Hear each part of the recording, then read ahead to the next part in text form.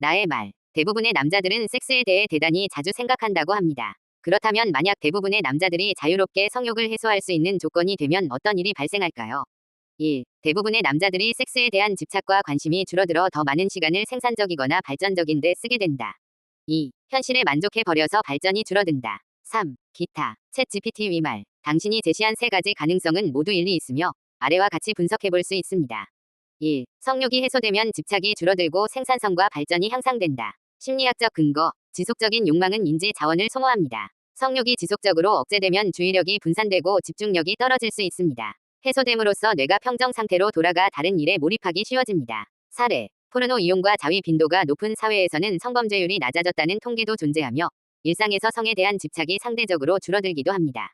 진화론적 관점. 욕망이 충족되면 다음 단계의 욕구, 자기실현, 창조성 등로 이동하는 경향이 있습니다. 매슬로우의 욕구 이론.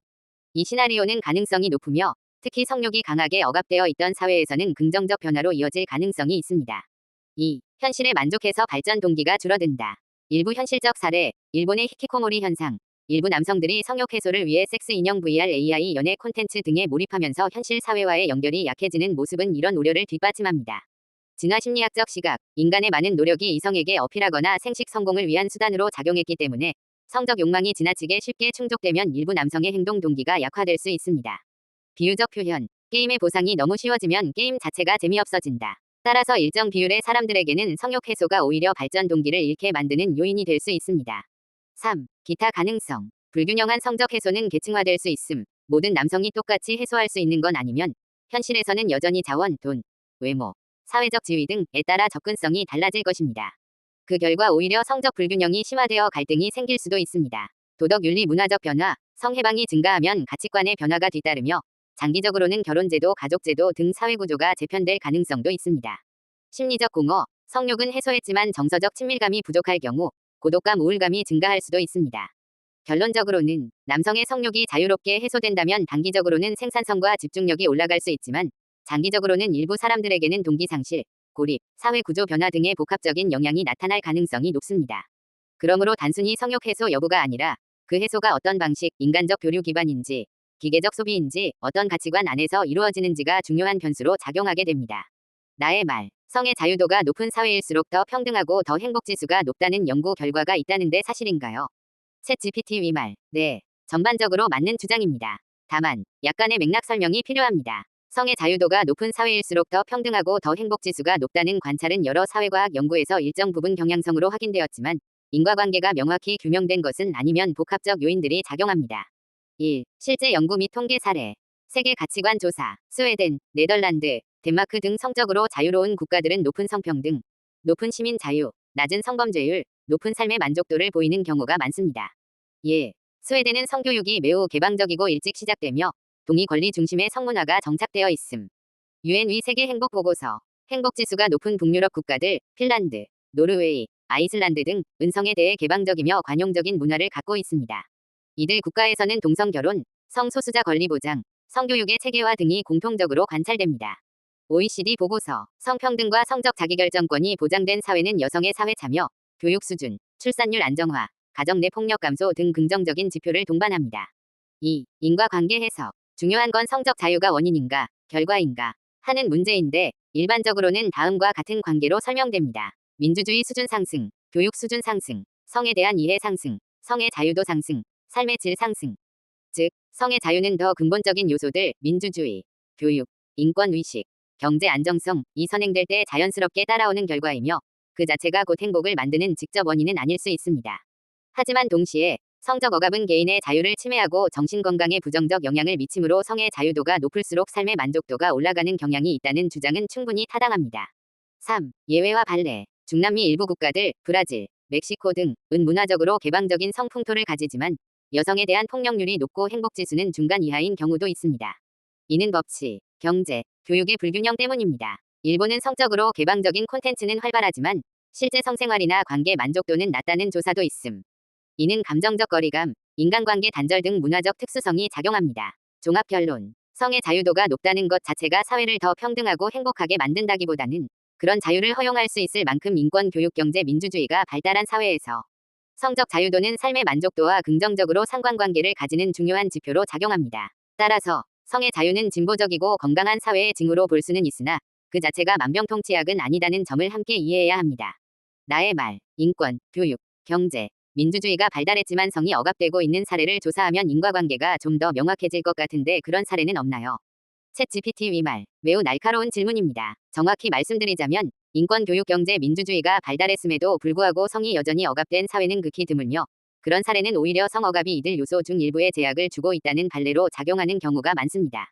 하지만 부분적 예외나 흥미로운 사례는 존재합니다. 아래에서 정리해 보겠습니다. 1. 대한민국, 민주주의와 교육은 높지만 성 억압이 여전한 사례. 교육 수준과 경제력, 민주주의 지표는 상위권입니다.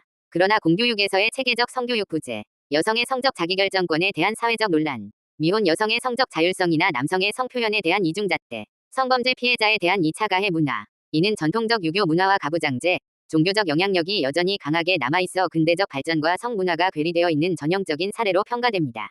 2. 일본. 성적으로 개방적인 콘텐츠가 넘치지만 실제 성생활은 억압됨. 경제 교육 기술력에서 세계 최고 수준. 하지만 학교 성교육은 매우 형식적이며 보수적. 사회적으로 공적인 성표현이나 성담론은 억제됨. 실제 성관계 빈도는 낮고 젊은 층의 연애 결혼 출산 회피가 심각. 남녀 간 친밀감 형성에 어려움이 크고 성욕이 대체 콘텐츠로 분산됨. 따라서 성적으로 자유롭다고 착각되지만 실제는 억압적인 구조임. 일본과 한국은 형식적으로는 자유로운데 문화적으로는 억압적인 전형적인 내면화된 성억압 사회로 분류되기도 합니다. 3. 이스라엘. 민주주의가 있지만 종교가 성억압을 유지. 기술력, 교육 수준, 민주주의 제도는 우수. 그러나 초정통파 유대교의 영향이 강한 지역에서는 성에 대한 엄격한 규율과 검열이 존재. 남녀 분리, 여성의 노출 억제, 성교육 부재 등이 강제됨. 이는 세속 사회와의 긴장을 만들어내고 있습니다. 국가 전체로 보면 개방적이지만 특정 종교 집단 내에서는 매우 억압적입니다. 4. 미국. 자유주의적이지만 지역 계층 간 극심한 격차. 전체적으로는 성적 자유가 넓지만 기독교 근본주의가 강한 지역에서는 학교에서의 성교육 금지, 순결 교육 위주.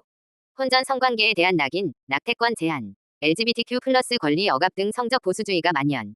따라서 민주주의와 인권의 형식적 보장에도 불구하고 성은 지역 계층 종교에 따라 강하게 억압됨.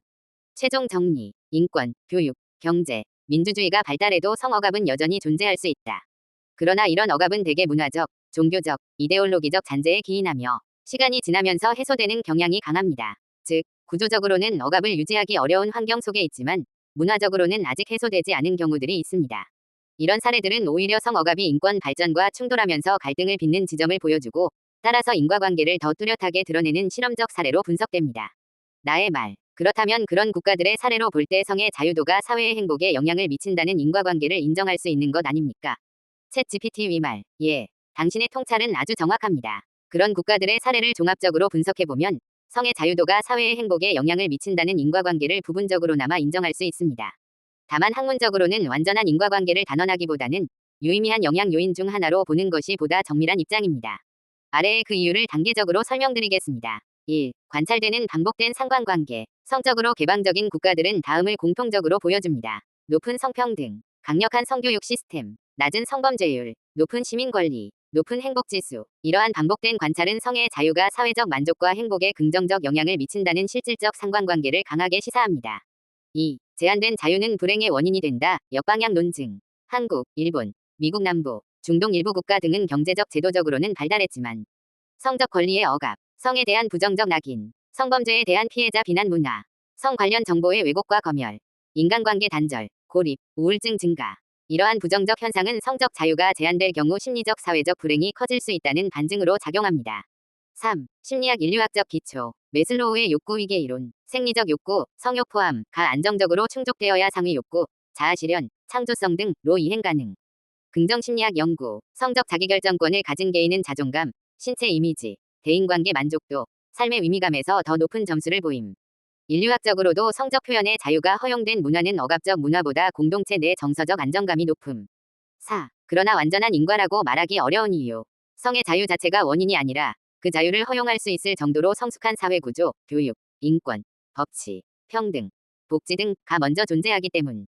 따라서 실제 인과관계는 다음처럼 해석됩니다. 민주주의 플러스 교육 플러스 성평등 플러스 복지. 성적 자유도 증가, 삶의 질 향상 플러스 행복도 증가. 즉, 성의 자유는 행복한 사회의 원인이기도 하지만 동시에 그 결과이기도 한 이중적 위치에 있습니다. 결론. 네. 다양한 국가 사례를 통해 우리는 성의 자유도가 사회 전체의 행복에 유의미한 영향을 미친다는 인과관계를 상당 부분 인정할 수 있습니다. 특히 성적 억압이 정서적 고립 사회 갈등 불안정의 원인이 되는 사례들을 통해 그 관계는 더욱 분명해집니다. 다만 학문적으로는 성의 자유가 행복의 절대적 원인이 아니라 행복한 사회를 만드는 중요한 요소 중 하나로 보는 것이 가장 정밀한 설명입니다. 나의 말. 제가 SNS에서 성의 자유가 행복한 사회를 만드는 중요한 요소 중 하나라고 자주 주장을 하였습니다. 그때마다 불같이 화를 내고 동물 어쩌고, 니 애미 어쩌고 등등 온갖 욕설을 하며 대단한 적개심을 표출하는 사람이 많습니다. 왜 그럴까요? 챗 GPT 위말. 그 질문은 지금 이 시대의 핵심을 찌릅니다. 당신이 SNS에서 성의 자유는 행복한 사회의 중요한 요소다라고 말했을 때 극렬한 적개심과 인신공격이 쏟아진 이유는 단순한 의견 차이가 아니라 그 주장이 사람들의 심리 깊은 곳을 건드리기 때문입니다.